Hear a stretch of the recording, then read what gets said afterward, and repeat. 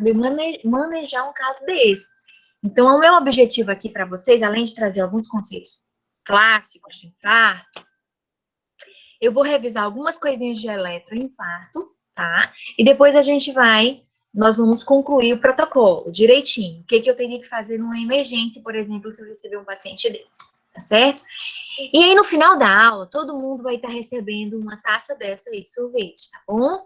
É um sorvete de tapioca genuíno maranhense, com a goiabada também de boa origem, e um queijo canastra por cima, tá bom?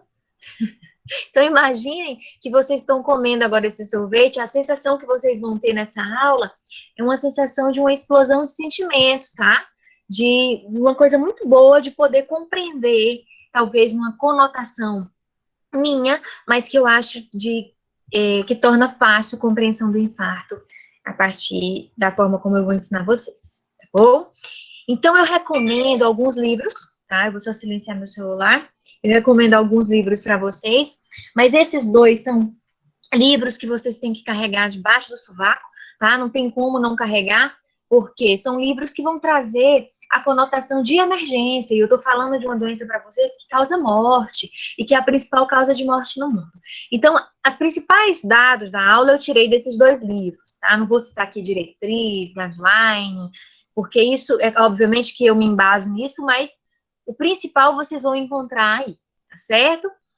Então, tá aqui a cardiopatia isquêmica não é mentira, dados de 2019 OMS, tá? A principal causa de morte no mundo. Então, por esse motivo, ela se elenca para mim como a principal doença do universo, tá? Então, não tem como não um médico não saber conduzir um infarto. Então, eu trago aqui esse compromisso com vocês. E essa doença não é uma doença minha, não é uma doença do cardiologista, é uma doença do médico.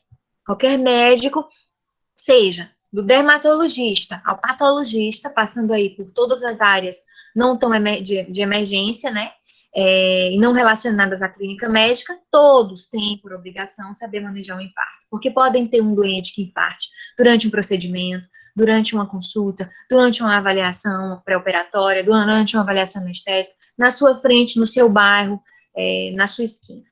E aí você tem que ir ali saber como você se portaria, o que seria o correto do ponto de vista de assistência médica, tá bom? Do ponto de vista de definição, existe uma definição que chama SCA, que é uma definição universal, que é síndrome coronariana aguda. Dentro dessa síndrome coronariana aguda, nós temos 3 gavetas. A do infarto com supra do segmento ST, o infarto sem supra do segmento ST e a angina instável. Tá? Nós vamos nos deter nessa aula em infarto com supra, tá? Também chamada de síndrome coronariana com supra do segmento ST, tá certo?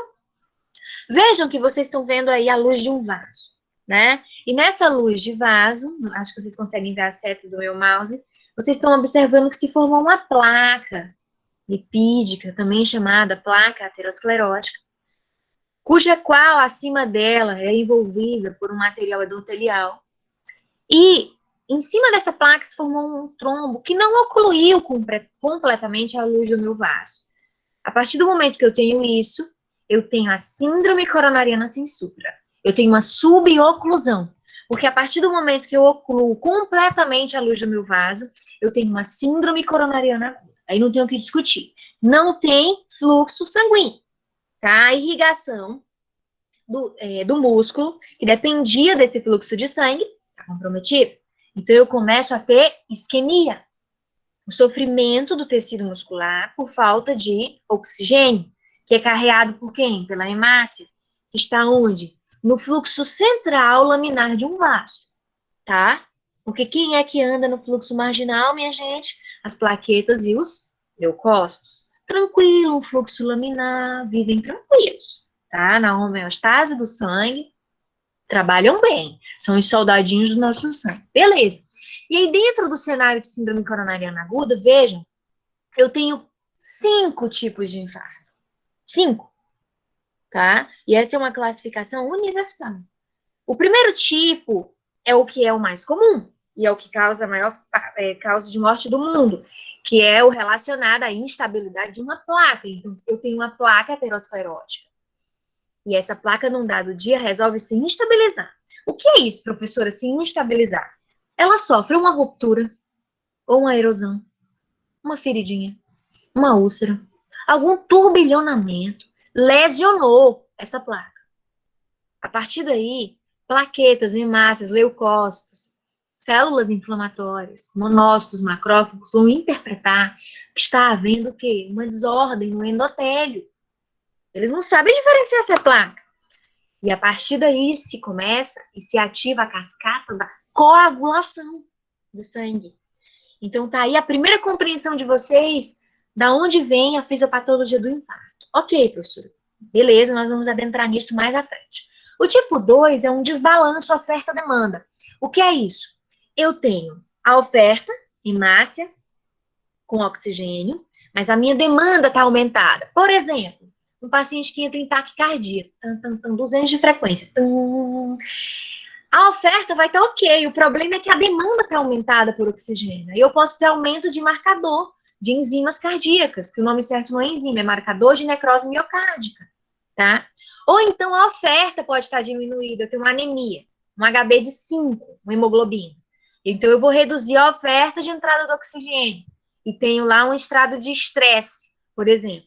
Um idoso tem um trauma, um acidente de trânsito, o HB dele cai para 5, ele começa a ficar taquicárdico, estresse, o organismo, o miocárdio dele vai demandar de mais oxigênio, porém ele está ofertando pouco. Então, esse desbalanço oferta-demanda é o infarto tipo 2.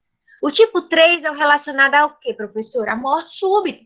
Né? O paciente teve uma morte súbita na igreja, foi reanimado, voltou, né, a circulação espontânea, o SAMU trouxe ao pronto-socorro, e aí você dosou o marcador, viu uma alteração no eletro, é um infarto tipo 3. O tipo 4, ele está relacionado à angioplastia transluminal coronariana, que é a mesma coisa que relacionada a um procedimento de angioplastia. Eu vou fazer uma angioplastia, vou colocar um stent, né, uma molinha, dentro do coração, da artéria coronária para desobstruir, e de repente, 12 horas depois, esse stent obstrui. O sangue tem um trombo, uma trombose de stent, eu vou ter um infarto tipo 4. E o tipo 5, professora, é o relacionado à cirurgia cardíaca. Vamos supor que ele tinha, né, doença aterosclerótica nas artérias coronárias, optou-se por fazer uma cirurgia de colocação de ponte de safena, de artéria mamária, e ele foi para São Luís. No segundo dia pós-operatório, ele tem dor no peito. Você faz o eletro, tem uma alteração. Dosou as enzimas cardíacas, os marcadores vieram altas. Opa, esse doente está tendo um infarto. Por quê? Será que ele ocluiu uma das pontes? Certo? Então, aqui nós temos os 5 tipos de infarto. Então, no primeiro deles, que é o tipo 1, nós vamos nos deter nessa aula, ok? Então, ótimo. Para que eu considere, do ponto de vista clínico, que um doente está infartando, ele tem que ter na história clínica dor torácica prolongada, maior do que 20 minutos, ou equivalente anginoso, que vocês já vão conhecer o que é isso. E um eletrocardiograma com alguns critérios. Então, ele tem que ter dor, mais alteração no eletro.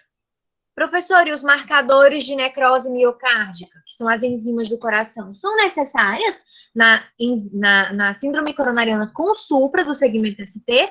Não, porque o diagnóstico vai ser puramente clínico e eletro. Eu não vou precisar das enzimas aqui para me dar o diagnóstico.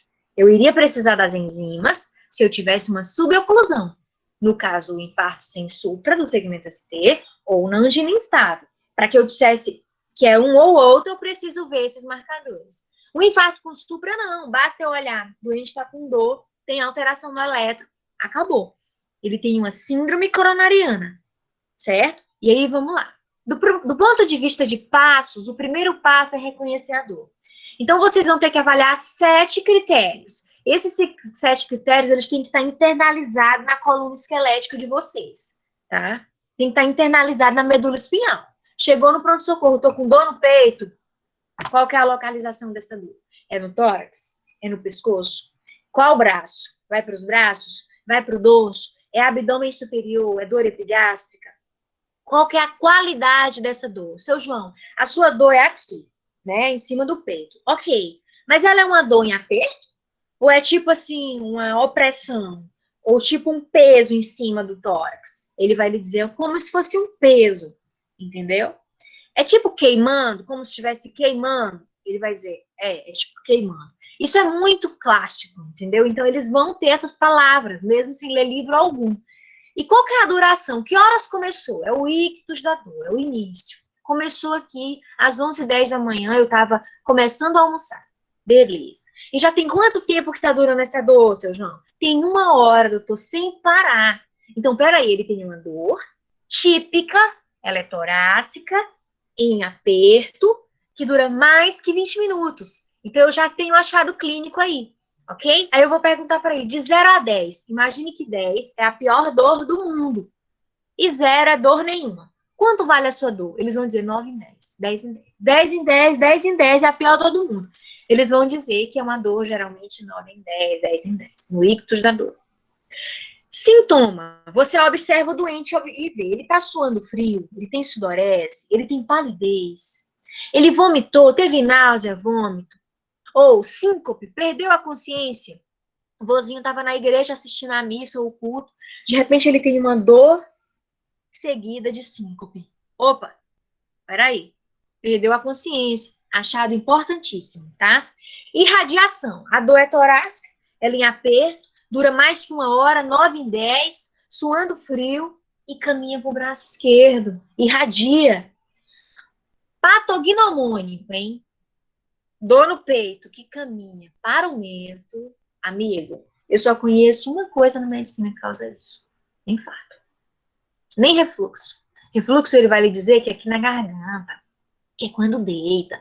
O infarto não, ele vai lhe dizer que aqui tá queimando ó, o queixo.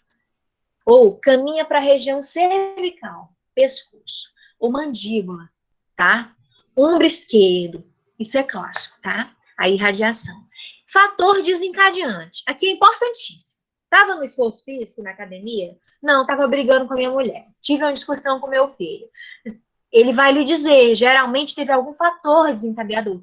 Por exemplo, estava comendo panelada lá no entroncamento, uma comida bem copiosa aqui do Maranhão, né? Aí ele, depois da panelada, ele sentiu a dor, opa, então o desencadeador foi uma comida, uma copiosa comida, certo? Outra coisa, vozinho, hein, que chega assim 11h30 da noite no pronto-socorro, todo bonitinho, arrumado, camisa engomada, passadinho, dinheiro no bolso, óculos, cartão. Aí você pergunta, seu João, você tomou Viagra? Aí eles ficam assim, aí depois eles acabam dizendo que tomou. Então, às vezes ele está vindo de um relacionamento, né? Às vezes ele tomou o sildenafil, que é um vasodilatador, que já abaixa a pressão. O que ele abaixa a pressão, ele rouba o fluxo, né? Diminui o fluxo das artérias coronárias e piora a oferta de oxigênio. E aí o vozinho já tem uma lesão grave, uma obstrução grave, piora essa irrigação, certo? Então, o uso de Viagra é importantíssimo. Esforço físico, atividade física, estresse, discussão, fator desencadeante. E aqui é um dos principais que eu digo. Se o doente chega dizendo que já infartou, basta fazer a seguinte pergunta: seu João, essa sua dor é igual à dor de 5 anos atrás? É igualzinho. Se o paciente diz isso para você, não tem o que negociar. Não dá para mandar ele embora, gente, porque essa dor é uma dor anginosa. Ele está dizendo que é uma dor igual à de 5 anos atrás. Agora, se o doente chega com a dor, mas que possui características que falam contra, por exemplo, ele respira e dói. Respirou e doeu, dor pleurítica. Isso não é infarto. Hein? Respirou e doeu não é infarto, minha gente.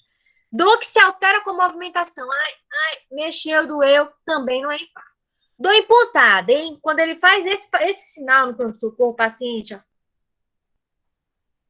esse sinal é um sinal muito característico de dor, que não é uma dor relacionada à angiose, é uma dor relacionada à palpitação, a extrasístole ventricular, extrasístole atrial, por exemplo, tá? Vamos supor que a dor dele é reprodutível, uma dor que se aperta e doeu. Não é infarto. Dor na região inframamária, que a mulher levanta a mama e faz assim. Também não é infarto. E dor que não foi desencadeada ao esforço.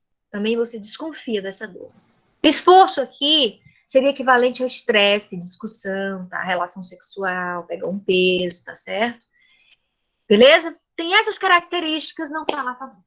Ok, é uma dor típica, eu não tenho dúvida. O segundo passo é o quê?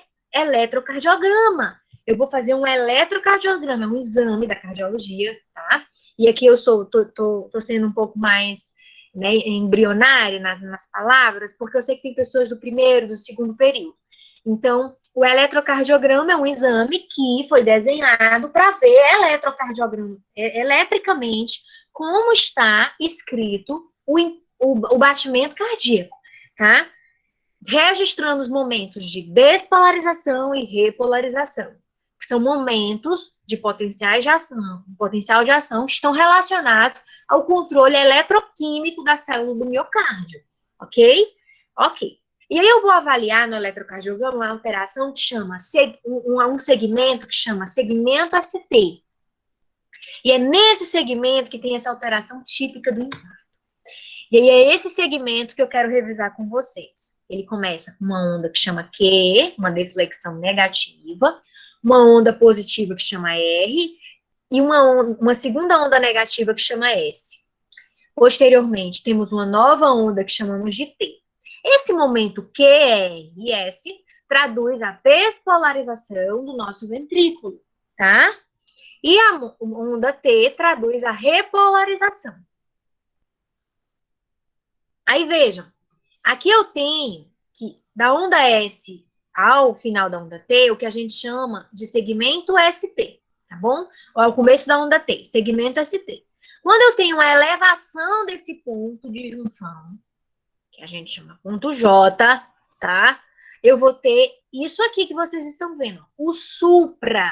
Ele está acima da linha de base, que é essa linha reta do eletrocardiograma. Então, eu tenho um supra do segmento ST, tá? Então, é uma alteração típica da síndrome coronariana com o supra do segmento ST. Se tem essa alteração, minha gente, eu não tenho dúvida, quando eu injetar o contraste no doente, na artéria coronária dele, para filmar ela, que ela vai estar obstruída 100%. Tá certo? Então, é um sinal eletrocardiográfico muito específico da doença. Por isso que o diagnóstico é clínico e eletrocardiográfico. Você tem a dor típica e o eletro, acabou. Você vai desencadear um protocolo para salvar a vida desse doente. Você não vai ficar esperando um exame de sangue, entendeu? E aí, ó, quando eu tenho esse supra desse segmento ST, tá? Eu tenho a síndrome coronariana com supra do segmento ST. Então, veja aqui o que seria normal. Temos o ponto J, tá? Temos a linha de base. Aqui, por exemplo, eu tenho mais de 2 quadradinhos. Então, eu tenho um supra aqui. Esse quadradinho é um quadradinho do eletrocardiograma, que eu não vou me deter muito aqui hoje. Numa aula de eletro mais à frente, a gente conversa sobre tudo isso. Mas a metrificação que definiram, que eu ia olhar e dizer que tem supra, é 1 milímetro. Basta ter 1 milímetro, um quadradinho para cima é suficiente, tá? Aí haverão exceções que eu vou mostrar para vocês. E está aqui, ó, os critérios eletrocardiográficos. Eles fazem parte da definição universal do infarto. Essa definição, que é a quarta definição, foi publicada no ano de 2018, né, por consenso do Euroclub, do American College, tá? E da Sociedade Brasileira de Cardiologia e inúmeras outras sociedades. No Japão, na China, no raio que eu parta, é igual.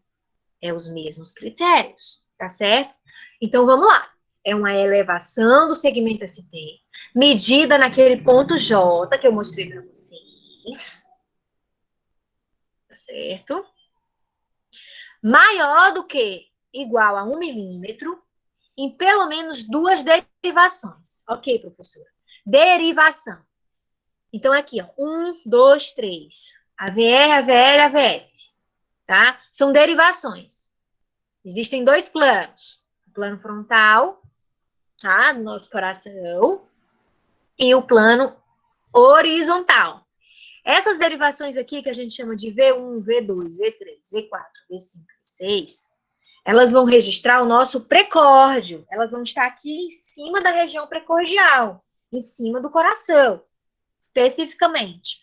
Essas outras, D1, D2, D3, AVR, AVL, AVF, elas vão ser registradas a partir de eletrodos que são colocados nos braços e nas pernas, ok? Eu estou sendo bem assim, porque tem pessoas que não que estão na aula que nunca tiveram eletro. Então, para que entenda pelo menos parcialmente, tá? Então, duas derivações. Então, eu olho aqui, por exemplo, D3 e AVF, e tenho supra nas duas. Opa, tem duas derivações com mais de 1 milímetro. Então, tem um supra. Mas daqui a pouquinho vocês vão ver, essas derivações, elas registram que parte do meu coração, né? Então, vamos lá. Agora, se for de V2 e V3, estão vendo aqui o V2 e o V3? O critério é mais chatinho. Para todo mundo, basta ter 1 milímetro. Porém, para V2 e V3 é diferente. Eu tenho que ter, se for homem com mais de 40 anos, mais que 2 milímetros. Aqui eu troquei, tá? Se for homem com mais de 40 anos, mais do que 2,5 milímetros.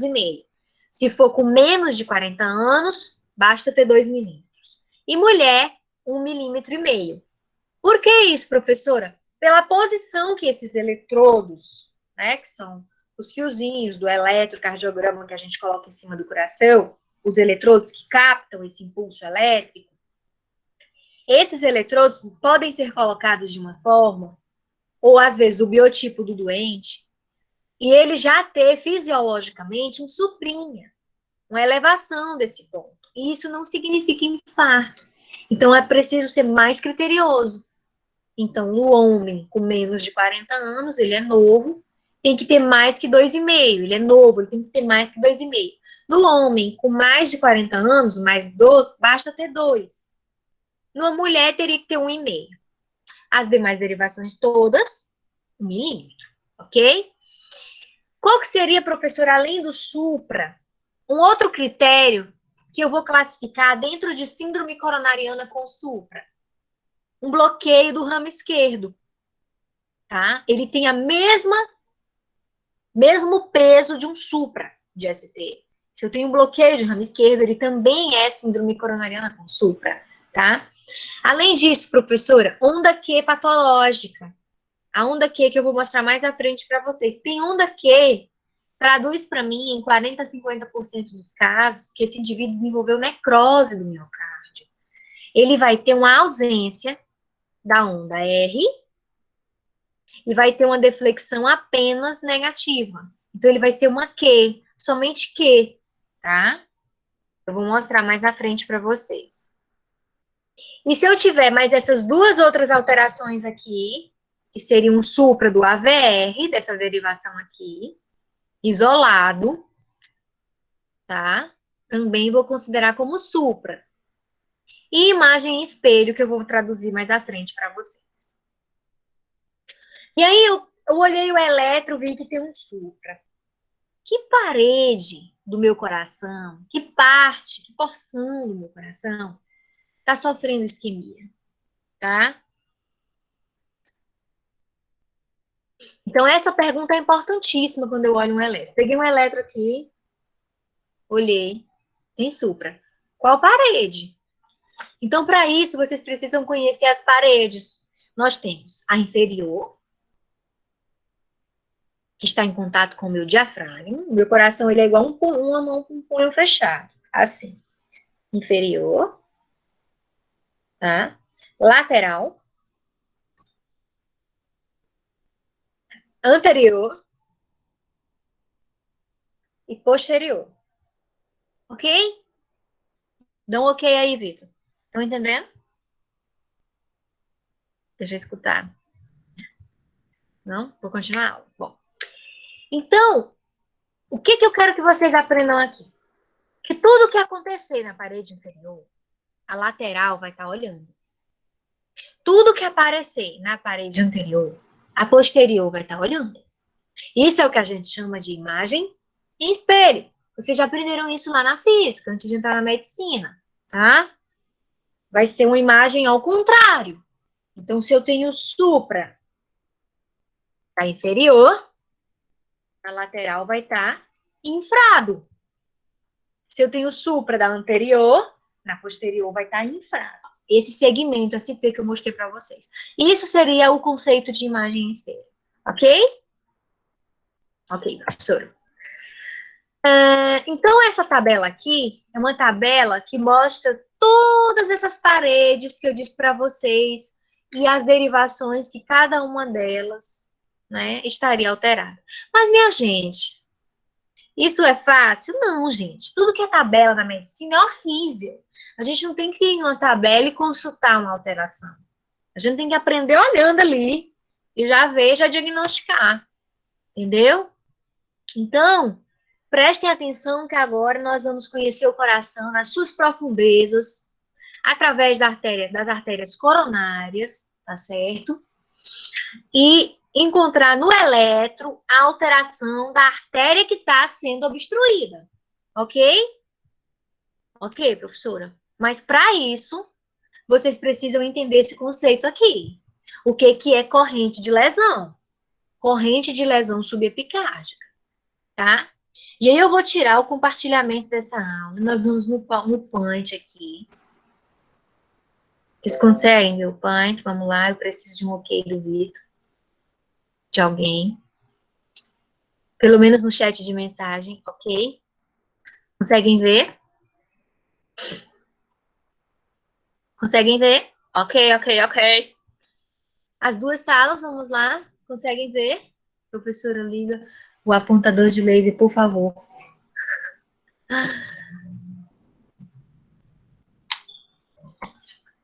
Consegue ver? Sala 2. O Paint que eu abri agora. Sim, sim, vamos lá então. Beleza. Eu vou pegar o pincel aqui e vou desenhar um coração.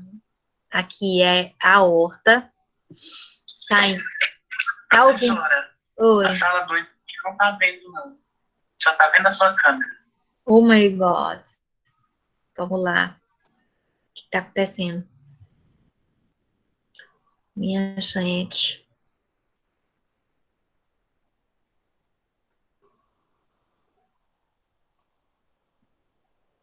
Consegue ver?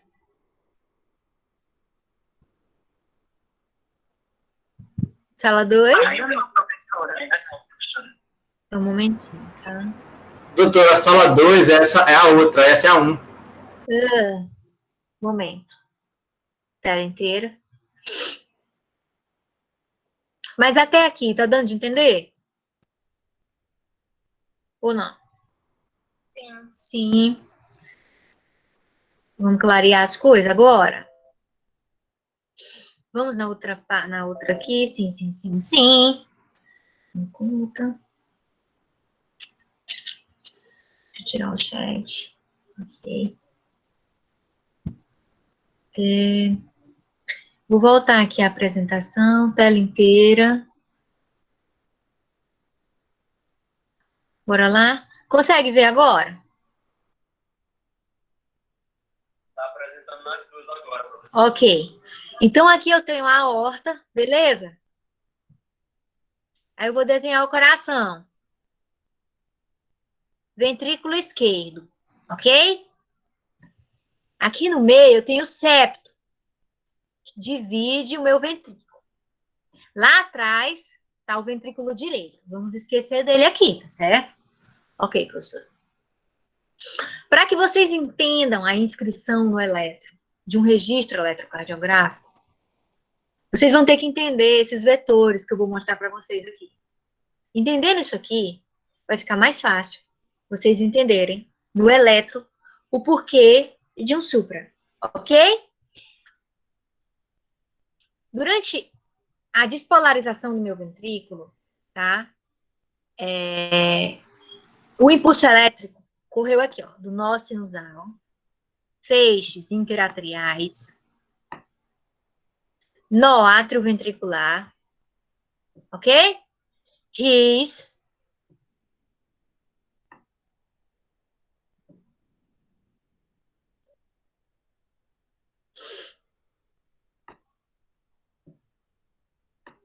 nó sinusal,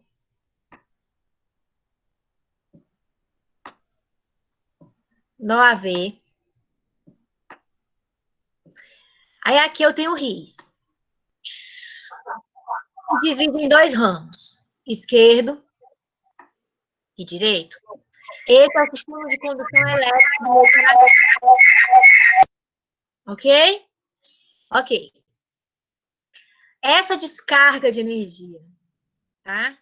Vai promover, do ponto de vista de miocárdio dentro do músculo, o que a gente chama de despolarização. E o sentido da despolarização no nosso ventrículo vai ser de cima para baixo. Então, esse vetor que eu estou mostrando para vocês, só lembrando o que é um vetor, ele tem uma cabeça, que é positiva, e tem uma cauda, que é negativa. Ok? Essa cabeça está direcionada na despolarização nesse sentido aqui. Tá? Na hora de repolarizar, de ele assumir o potencial elétrico de base dele, que ele se despolariza, alterando o potencial de ação. E aí, na repolarização, se recupera esse potencial de ação. Tá? E os vetores, esse nome aqui é vetor, tá? Essa setinha que vocês estão conhecendo aqui, que na aula eu vou mostrar isso para vocês, tá certo? Como nome vetor. Ok, professora? Vamos lá. O vetor, o primeiro que a gente tem de despolarização, ele vai estar nesse sentido aqui. Tá? Vamos lá. Professora, para de enrolar. Nesse sentido aqui. Ele é um vetor que está localizado no septo de despolarização, de repolarização, tá? Então, o septo vai ser a primeira porção que vai voltar a se recuperar no potencial de ação. Tá nesse sentido.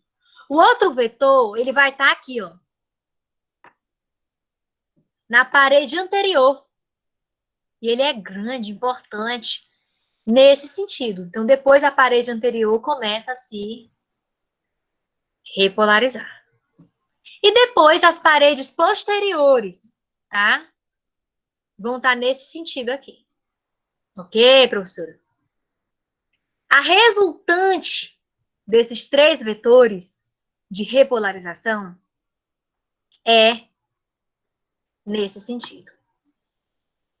O vetor resultante. Então, eu tenho um assim, eu tenho um assim, e tenho um assim, ok? O vetor resultante, no sentido de repolarização, está nesse sentido aqui. Então, portanto, professora, tá?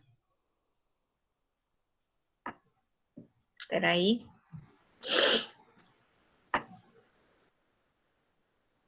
Eu vou ter dois vetores, tá? Deixa só eu voltar aqui. Eu vou ter dois vetores, tá? Eu vou ter esse de des, que está nesse sentido, e esse de re, ok? Então, tanto o vetor de des quanto de re estão no mesmo sentido. Aí eu vou colocar aqui, por exemplo, para vocês, uma derivação, tá? Eu vou colocar aqui o D2. O D2 é uma derivação que está nessa posição aqui. Como que ele vai enxergar esses dois vetores, professora? Ele vai enxergar da seguinte forma, tá? O vetor de despolarização normal. Então, o que vai prevalecer é uma onda positiva. Que é o Q, ou o R. Ok? E o vetor de Rê, a onda positiva T. Então, por isso, toda a inscrição do meu elétron, o QRS é predominantemente positivo e a T positiva. Só duas derivações não vão ser assim. Uma que está aqui, que a gente chama de quê, professora? AVR, o R de right, de direito. Ele vai estar olhando cauda e cauda. Então, o meu QRS vai ser negativo e a minha onda T vai ser invertida. Certo?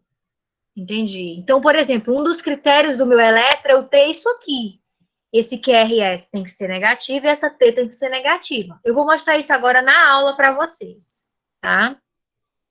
Olha aqui, por exemplo. Vamos lá. Estão vendo aí a apresentação? Olha aqui o AVR, estão vendo? Ó, como o QRS é predominantemente negativo e a T para baixo. Agora, olha o D2. O QRS positivo e a onda T positiva. Agora, por que, professora, que existe o QRS? Então, vamos lá.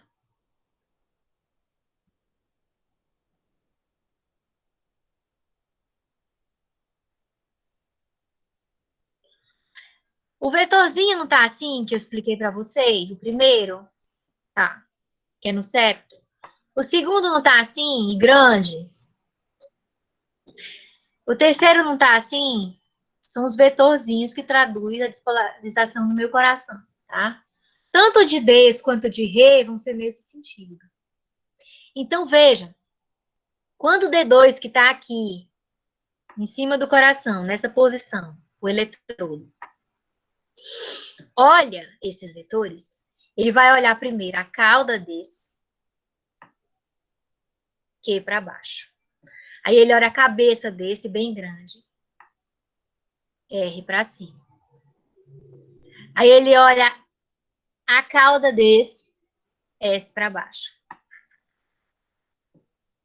E a T, como eu mostrei para vocês, o vetor resultante vai estar nesse sentido de Re. Então, a T é positivo. Ok? Aí está a origem do QRS, que eu estou explicando para vocês. Tá? Está em cima desses vetores. Tá? Eu vou dizer para vocês como que o R vai olhar. O R vai olhar assim, ó. Que o AVR está aqui. O eletrodo. Aí ele vai ver cabeça do pequenininho para cima. E é pequenininho, deflexão pequenininha. Aí ele olha uma cauda bem grandona desse segundo. Para baixo. Aí ele olha a cabeça de novo. Para cima. E vem a onda T. Ele não está olhando a cauda na repolarização? Para baixo. Tá aqui a origem para vocês de uma inscrição normal de um elétron. Veja, o AVR, Q para cima, R para baixo, S para cima, T. Estão vendo? D2, do mesmo jeito como eu mostrei. Então, a partir desse entendimento que eu estou mostrando para vocês, tela maximizada, nós vamos entender o quê? O seguinte conceito. Toda vez que eu tenho uma corrente de lesão, eu tenho um processo que está havendo isquemia, ok? As artérias coronárias, elas correm no epicárdio, não é por dentro do músculo, tá? É no epicárdio, é por cima, já se envolvendo ao pericárdio. É no epicárdio do coração. Então, a porção epicárdica, ela começa a se isquemiar, ok? Então, olha como o V6, essa derivação, vai olhar esse vetor que está apontando para cá. Tanto a Re, quanto a despolarização, quanto a repolarização, minha gente, vão estar olhando a cabecinha do vetor, que vai estar olhando para a lesão. Então, por isso eu vou ter supra. Toda vez que eu tenho uma corrente com supra, eu digo que está tendo uma corrente de lesão no subepicárdio, tá? Porque tá aqui a lesão, no epicárdio, então ele vai estar apontando para cá, tá certo? Então, beleza. Então, por que é supra? Porque o eletrodo está apontando para a corrente de lesão subepicárdica, vai ver cabeça, então vai ser para cima. Toda vez que eu olhar para a cabeça, a deflexão é positiva. Toda vez que eu olhar para a cauda, a deflexão é negativa. Tá certo? Numa outra aula de eletro, eu explico por que na corrente de lesão subendocárdica, que é o infra, tá? Não é o caso aqui. Aí nós vamos para o primeiro caso, e aí eu quero que vocês se atentem bastante aqui. Eu vou construir a roda dos ventos em cima do coração, tá? Com todas as derivações, tá? Para vocês. Então, vamos. No meu ombro, no meu pé, lá, F de pé em inglês, eu vou ter um vetor que vai estar apontando para baixo. AVF, chama AVF.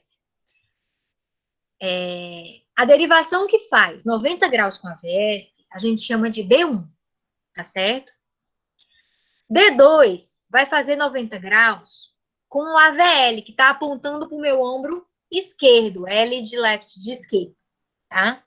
O D3, que é a derivação D3, vai fazer 90 graus com o AVR, que está apontando para o meu ombro direito. Então, essas 6 derivações, esses 6 vetores, vão definir aquelas 6 primeiros eletrodos do elétrico que eu mostrei para vocês. Beleza? Ok, professor, ok. Então, o AVR está apontando para o ombro direito, o AVL está apontando para o ombro esquerdo. E aqui na construção da roda dos ventos, é só vocês se atentarem. Nunca um número se encontra com outro. Então, aqui vai estar uma letra. Então, se aqui é D2, aqui vai estar uma letra. Apontando para o pé, lá embaixo, AVF, F de pé. 90 graus, D1. AVL vai estar cruzando com o D2, porque está apontando para o ombro esquerdo. Estão vendo? E o AVR vai estar fazendo 90 graus com o D3. Beleza. Essa é a parede inferior do meu coração. Tá? Deitada em cima do meu diafragma.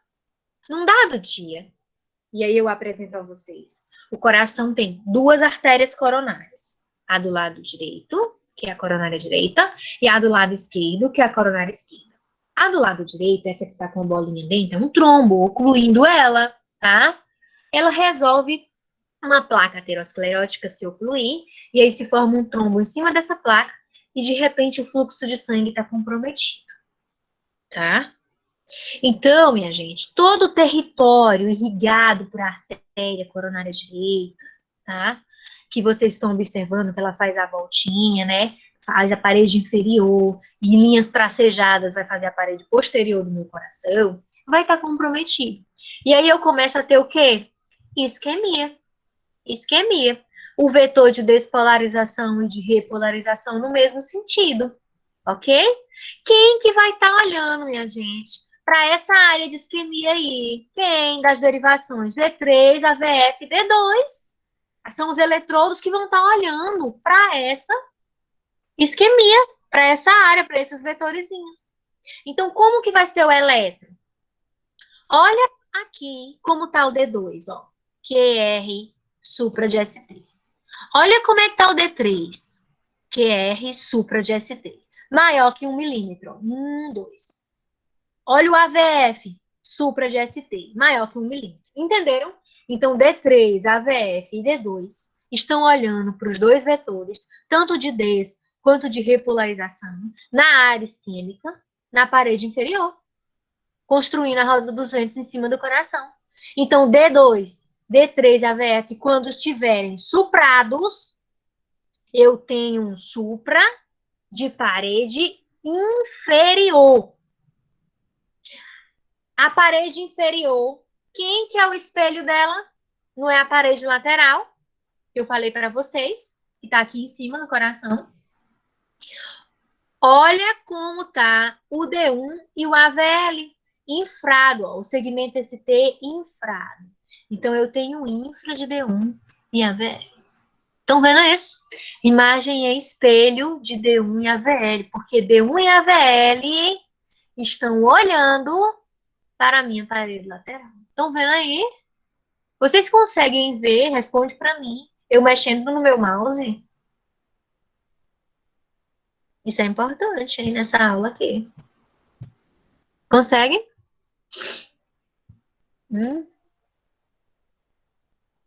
Vamos ver se o pessoal me responde aqui no chat, que eu não estou conseguindo ouvir ninguém. A professora, a gente está vendo sim o seu mouse. Ah, tá bom. Muito obrigada. Quem foi que falou? É a monitora também do idioma da organização. A Bruna? A Não. Tamires. Tamires. Tá certo, muito prazer. Então, ótimo. Então, o AVL, que tá aqui em cima, e o D1, estão olhando para quem, minha gente? Para a parede lateral aqui, ó. Que faz o quê? Espelho com essa parede inferior. Então, se tem supra em D3, AVF e D2, vai ter infra em D1 e AVL. Entendeu? Que estão olhando a lateral. Só que eu ainda vejo outra coisa nesse elétrico, que eu não vou mostrar agora não, senão vai a cabeça de vocês vai ficar enlouquecida. Vou mostrar mais à frente. Aí vamos para essa segunda situação. Eu resolvi obstruir aqui, né? Estabilizei minha placa, e aí tá infartando. Ocluí no hóstia da coronária, bem no comecinho dela, da coronária direita, né? Aí vamos lá. Vejam que tá saindo um ramo aqui para cima. Esse raminho, minha gente, chama ramo do Rony. Ele irriga todo o sistema de condução elétrico que eu mostrei para vocês, nó sinusal, nó atrioventricular do meu coração. Então, já vejam aí que eu vou ter problemas. Além de estar tendo isquemia, eu vou ter um desarranjo elétrico, porque eu vou diminuir o fluxo de sangue lá em cima para os marca-passo natural do meu coração. Aí eu vou ter isquemia da parede inferior. Estão vendo? Vetores de despolarização e repolarização no sentido da isquemia. As derivações que estão olhando para essa parede inferior, D3, AVF, D2, nas rodas do vento. E aí eu não tenho dúvida que eu vou esperar eu encontrar o que no meu elétrico? Supra de D2, D3 e AVF. Como a lateral é espelho, infra em D1 e AVL, infra. Está infrado aqui. O segmento ST está infrado. Espelho da inferior. Só que eu, além disso, vou ter o que a gente chama de bloqueio atrioventricular. Eu estou tendo uma dificuldade na irrigação do nó atrioventricular, do nó AV, e eu vou bloquear, tá? Esse nó. E aí eu vou ter, começa a ter aqui, ó, bradicardia, tá? O meu doente começa a ter uma alteração do ritmo, viu? Eu deveria ter o mesmo espaço entre essa onda e essa onda. Eu começo a ter falhas, tá? Para quem já estiver mais à frente, vai estar entendendo bem o que eu tô falando. Vai ter um bloqueio, vai ser as ondas P's que a gente olha. Mas eu não vou adentrar nisso aqui para vocês hoje, tá? Ok. Vejam aqui também, eu tenho supra de D2, D3 e AVF, eu tenho supra, tá? Do segmento ST, tá certo?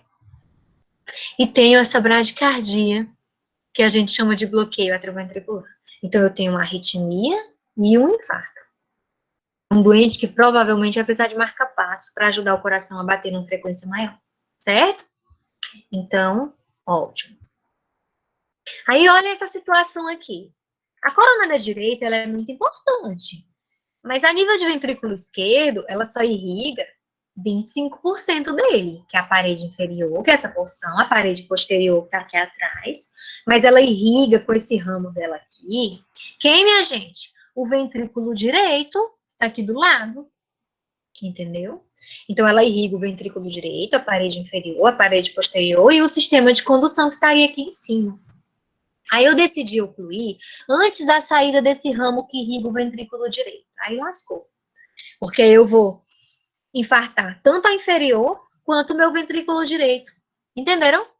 Todos esses ramos aqui vão estar com fluxo comprometido. Aí, desenhando a rosa dos ventos, eu vou ter isquemia, né, nessa porção do ventrículo direito. Desenhando a roda dos ventos, essas derivações aqui vão continuar olhando para a parede inferior do meu coração. Vão continuar olhando. Só que para me ver o ventrículo direito, eu não vou conseguir direito. Vocês estão vendo como é que elas estão colocadas de V1 a V6 em cima do coração, os eletrodos do eletrocardiograma? Pois é. Então, eu só consigo com esses eletrodos ver o ventrículo esquerdo. Então, o meu eletro, quando eu olho para ele, eu estou olhando para o meu ventrículo esquerdo. Quando eu quero ver o ventrículo direito, eu vou ter que pegar esse V3 e esse V4 e botar aqui do lado direito do tórax. E registrar o eletro. Aí eu vou estar enxergando o VD que vai estar aqui. Entenderam? O V3 e o V4 vem para o lado direito, eu registro de novo e encontro aqui. Tá certo? E aí eu vou chamar eles de quê? V3R e V4R. R de direito, de inglês. Entenderam isso? Então, eu vou fazer essa derivação acessória para poder ver o supra nessa região do VD. Porque eu já vou ver na parede inferior. Esse infarto, ele corresponde a 2% dos infartos de parede inferior. Vamos supor que eu peguei o eletro e identifiquei um supra, um D2, D3 e AVF, eu sei que eu estou tendo problema na coronária direita. Aí, o meu doente começa a ficar hipotenso. Pressão abaixando, pressão caindo. Eu já faço uma inferência. O ventrículo direito é uma bomba que depende do quê, gente? Do fluxo de sangue que chega do sistema venoso da gente, da drenagem venosa, de veia cava inferior e superior. Então, ela é uma câmara que depende de volume. Se eu estou infartando o ventrículo direito, vai menos sangue, ele vai bombear menos sangue para a artéria pulmonar. Menos sangue oxigenado, menos sangue entra pelas veias pulmonares no átrio esquerdo, menos sangue no VR, menos volume sistólico. Então, eu vou comprometer a minha pré-carga, meu volume de sangue que chega no meu ventrículo, entendeu? Então, a minha pressão vai cair. Então, é um doente que chega com supra na inferior. Como eu não estou vendo o ventrículo direito no eletro, porque eu tenho que fazer outras derivações, que é o V3R e o V4R, eu tenho que mudar o eletrodo daqui para cá, e imprimir de novo. Eu suspeito que ele comprometeu o ventrículo direito só pela hipotensão, entendeu? E é um doente que a gente tira com soro aberto, soro fisiológico. Hidrata esse doente para poder repor a pré-carga para ajudar. Entenderam? Ok, professora. E aí, como é que eu vou ver isso no eletro? Ó, vejam. Eu tenho suprinha aqui em D3, AVF, estão vendo? Suprinha. Esse supra já está evoluindo, já vou mostrar para vocês o que é isso, supra evoluindo, ele está diminuindo de tamanho. Mas aí, gente, eu vou observar aqui, ó, em V3R e V4R, esse suprinha de meio milímetro. Esse meio milímetro, por que é meio milímetro?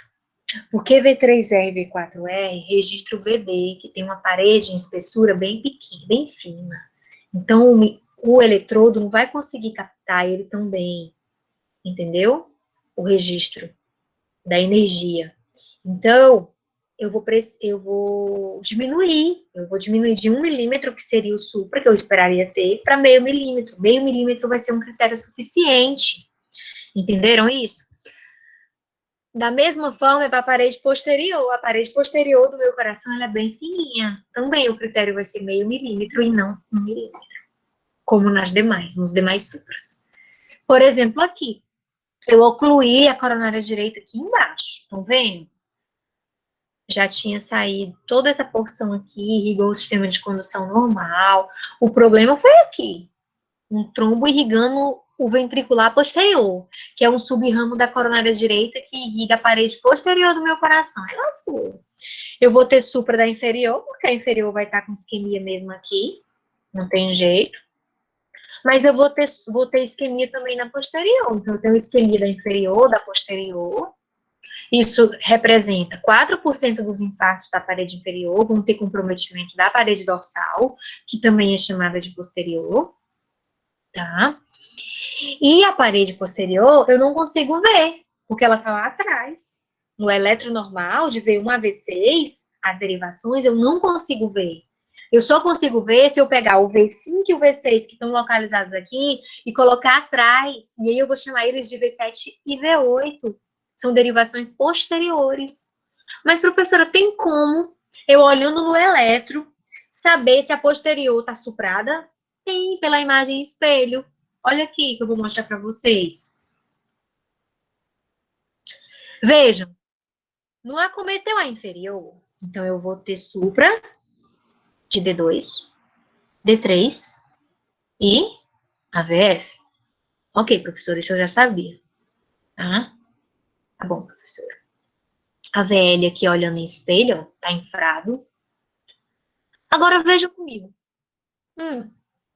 Em infra de V1 a V3, de V1 a V6, minha gente, eu tô olhando a parede anterior do meu coração, tá?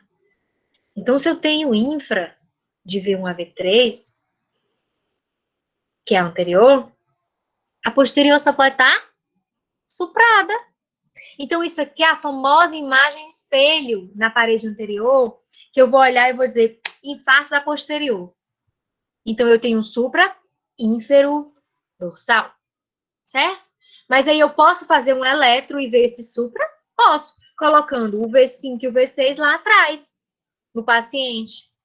E aí eu registro de novo o eletro. Olha aí, supra de V7 e V8. Aí no lugar do V5 eu escrevo 7, no lugar do V6 eu escrevo 8. Estão vendo? Olha, tá certo? Ok, professora. Aqui é a mesma coisa, ó. Vejam, aqui tem uma imagem espelho, ó, de V1 até V4 eu tenho infra, o segmento ST está abaixo da linha de base, estão vendo? Infra. Deve estar suprada a posterior. Qual que é o critério da posterior? Meio milímetro. Olha aí, V7, suprinha de meio milímetro, suprinha de meio milímetro. Então, eu tenho um infarto dorsal, ok? Agora, nós vamos mudar de coronária. Estudamos a coronária direita, agora nós vamos para a coronária esquerda. A coronária esquerda, ela é dividida em duas artérias. A descendente anterior, que desce aqui para baixo, na parede anterior, faz a ponta do coração, que é o ictus, o ápice, e a circunflexa, que vem aqui para a parede lateral. Ok? Ok, professora? Ótimo. De repente, eu decidi ocluir a descendente anterior, que faz parte aqui da coronária esquerda, a descendente anterior bem no ósteo dela. Aí lascou. Todo o fluxo de sangue para cá vai estar comprometido. E aí, de V1 a V6, eu estou registrando quem? A parede anterior. A parede anterior é irrigada por quem?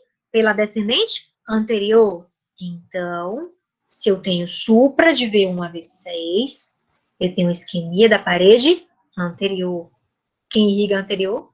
A descendente anterior. Então, eu já entro no CAT sabendo qual é a artéria que eu vou tratar, gente. Eu já entro no cateterismo sabendo a parede, entendeu? A artéria. Então, olhem aqui. Construir a roda dos ventos. Beleza? Isquemia da parede anterior. Quem está olhando para o anterior? V1, V2, V3, V4, V5 e V6. Então, como é que eles vão estar no eletro? Olha os vetores aí. Todos nesse sentido.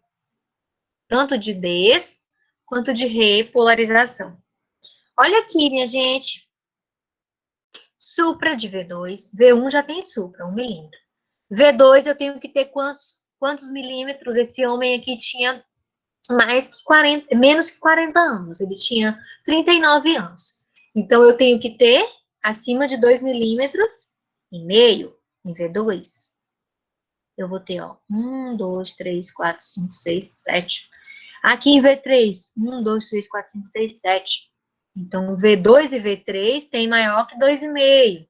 V1 tem mais ou menos 1 milímetro, mais que 1 milímetro, mais que 1 milímetro, mais que 1 milímetro. Eu tenho supra de V1 a V6, pegando AVL e D1. Portanto, eu tenho AVL, D1, V1 a V6, olhando para essa área isquêmica. O nome disso é infarto anterior extenso. Ok? Ok, professor. Agora, eu ocluí a descendente anterior antes da saída do ramo que ela manda, que irriga o septo do meu coração, que divide o VD do ventrículo esquerdo. Só que antes, tinha saído esse raminho aqui da descendente anterior, irrigando quem, minha gente? A parede lateral, anterolateral aqui, ó. Então, o supra, ele só vai enxergar essa porção aqui, porque essa porção acaba recebendo o fluxo desse raminho, ó. Eu vou mostrar no anterior para vocês. Aqui, ela ocluiu antes da saída de qualquer ramo dela, incluindo os que nutriam a parte lateral alta, lateral baixa. Estão vendo aqui? Porque a parte lateral alta, quem supre é a circunflexa. A parte lateral baixa é os ramos diagonais da descendente anterior. Nossa, professora, que complexo. Pois é. Então, se eu ocluir aqui, antes da saída do septo, eu vou infartar o septo. Mas se já tinha saído um ramo, a lateral vai estar tranquila. Então, eu vou ter isquemia do septo, da anterior, os vetores nessa posição. Então, V1, V2, V3 e V4 vão registrar essa parede anteroseptal aqui, porque eles estão bem aqui em cima, V1, V2, V3 e V4. Ótimo, professora. E aí, como que eu vou ver no eletro? Estão vendo aqui, tem um supra de V1, um supra de V2, de V3, de V4, mas V5 e V6 não. Porque V5 e V6 estão registrando essa parte lateral baixa, que ficou irrigada por esse ramo aqui, de cima. Entenderam? Então, quando eu tenho um infarto anteroseptal, eu sei que algum ramo da descendente anterior saiu antes dessa oclusão para irrigar a parede lateral. Entendeu? E aí, eu não tenho supra nem de D1, nem de AVL, nem de V5, nem de V6, que estão vendo as paredes, respectivamente. AVL D1, lateral alta, e V5 e V6, lateral baixa. Entenderam isso? Entendemos, professor. Agora aqui vem, ó, o supra-anterolateral. Olha aqui, a DA decide ocluir, só que quando ela oclui, ela já tinha mandado o septal. Então, o septo vai estar tranquilo, vai estar irrigado. O problema foi que essa porção aqui, lateral baixa, e o ápice do coração, isquemiou. Então, de V1 a V4 eu não vou ter supra. Teve irrigação anteroseptal. O problema foi anterolateral e lateral baixa. Entendeu? Então, olha como o V5 e o V6 vai olhar para esses vetores. Vejam. Aqui, ó, um supra mais lateral, tá vendo? Olha esse outro caso aqui. V5, V6 suprado, D1 e AVL. Estão vendo? Ótimo, professora. Olha esse caso aqui. Ao invés de obstruir a descendente anterior, eu obstruí a circunflexa, que está saindo aqui em cima, esse ramo. A circunflexa possui ramos marginais. E ela irriga essa porção lateral alta do meu coração, que quem está olhando para ela? O AVL, que está aqui, e o D1. Ótimo, professor. Então, eu vou ter, ó, D1 suprado, 1 milímetro, e AVL, 1 milímetro suprado. Olha aqui o V5 e o V6 normal, estão vendo? Porque a irrigação da parede lateral baixa é da descendente anterior. Então, quando eu vejo um eletro, eu, hemodinamicista, eu já sei qual é a artéria que está obstruída. Então, é por isso que o eletro é tão importante. Entendeu? Vamos lá, professora, meu Deus do céu. Ainda tem muita coisa. Olha aqui um infarto de um paciente que chegou com mais de 12 horas do início da dor. Olha o que acontece. Ele obstruiu a descendente anterior no ósseo, comprometeu toda a irrigação da descendente anterior, da DA. E aí, o que vai acontecer, minha gente? Necrose.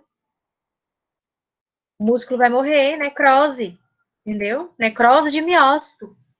É o que a gente vai chamar no eletro de zona elétrica inativa, ou onda Q. É isso que vocês vão ver aqui, ó. No começo, eu vou ter um supra em minutos. Essa é a evolução do infarto. A onda T começa a ficar apiculada, segundos, começa a ver o supra. Depois eu começo a perder miócito, morrer. Então eu vou perdendo os miócitos com capacidade de despolarização. Aí vai ficando uma onda Q. O supra se mantendo. Depois onda Q em dias de infarto evoluído, ó, que é horas. Horas eu já tenho esse padrão em abóboda. Dias, esse padrão de Q, completamente Q, porque eu não tenho R e S, só Q e abóboda. Então, quando eu vejo esse padrão, minha gente, no eletro, ó, Eu olho e digo, seu João só teve dor tem quantos dias? Uns 3? 3 ou 4 dias? 4 dias, doutora, lá em Grajaú. Então, eu já sei que esse supra é evoluído. Passou de 12 horas, entenderam?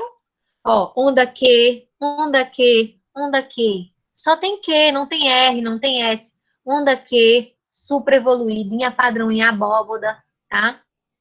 A parede lateral ainda tem R. Então, quando eu vejo isso aqui, eu estou dizendo o quê? Que não houve morte de miócito, ainda está tendo despolarização.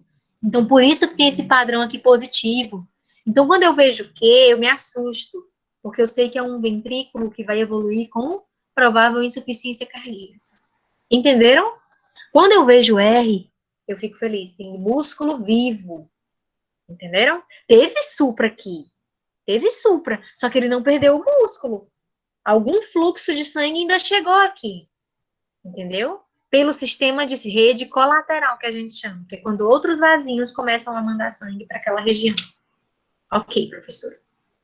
A outra forma de ter uma síndrome coronariana, através do bloqueio do ramo esquerdo, que é uma outra alteração, que é quando eu bloqueio completamente a irrigação do ramo esquerdo, do ventrículo esquerdo, esse ramo perde completamente a força de energia, para de haver estímulo elétrico, e eu vou ter um alargamento do meu QRS, vai ter uma maior duração. Esses critérios eu não vou me ater aqui, mas é para que vocês raciocinem que quando eu tenho um bloqueio do ramo esquerdo e dor, eu vou raciocinar como infarto com supra, ok? Além disso, quando eu tenho supra do AVR, ó, o AVR, ele tá aqui em cima no ombro direito, beleza? O V1 tá aqui, V2 tá aqui. Quarto espaço intercostal, direito e esquerdo. Ótimo, professora. Quinto espaço intercostal V4, entre V4 e V1, V3. Aí vem V5, ictus, V6, linha axilar anterior. Ótimo. Vejam o que aconteceu aqui. Eu ocluí a minha artéria coronária esquerda bem no ósteo. Esse é um dos piores infartos que existe. Um dos mais responsáveis por morte súbita. Imagina eu ocluir uma coronária bem no ósteo. Quem tá olhando para cá? O vetor vai se deslocar para a lesão. O vetor se deslocando para cá, quem vai olhar a cabeça desse vetor? A VR e V1, que estão desse lado. O vetor deslocado para cá. Todas essas outras, AVL, D1, V2, V3, V4, V5, V6, D2, AVF, V3, vão ver a cauda. Então, eu vou ter um supra de AVR e V1 e o resto infrado. É o infarto com supra de AVR. É isso aqui, ó. Veja o AVR. Supra de meio milímetro, que é o critério. AVL com infra. Estão vendo? Começando a infrar o AVF, começando a infrar para baixo. D1 começando a infrar. Olha aqui, aqui eu não tenho dúvida. Infra, infra, infra. Infra, infra, infra. O que é isso? Supra de AVR com infra difuso e dor torácica. Quando eu olho, eu digo, meu Deus, o tronco da coronária esquerda, o tronco está obstruído. Se você não agir logo, o doente vai morrer. Entenderam? Ótimo. Então, estão vendo por que é importante a eletro? Do ponto de vista fisiopatológico, o que acontece? Uma obstrução de 100% em cima de uma placa que sofreu uma ruptura, uma placa de gordura, uma placa aterosclerótica. Do ponto de vista fisiopatológico, o que acontece aqui é a aderência, agregação plaquetária, a formação de um trombo, com ativação de trombina e fibrinogênio. Mas eu também não vou me ater nisso aqui. É uma aula sozinha, de 1 hora que eu dou, só sobre agregação, antiagregação, adesão, via extrínseca, intrínseca. Então, não é o caso dessa aula aqui. Mas para que vocês entendam a oclusão de 100%. Qual que é o protocolo, professora?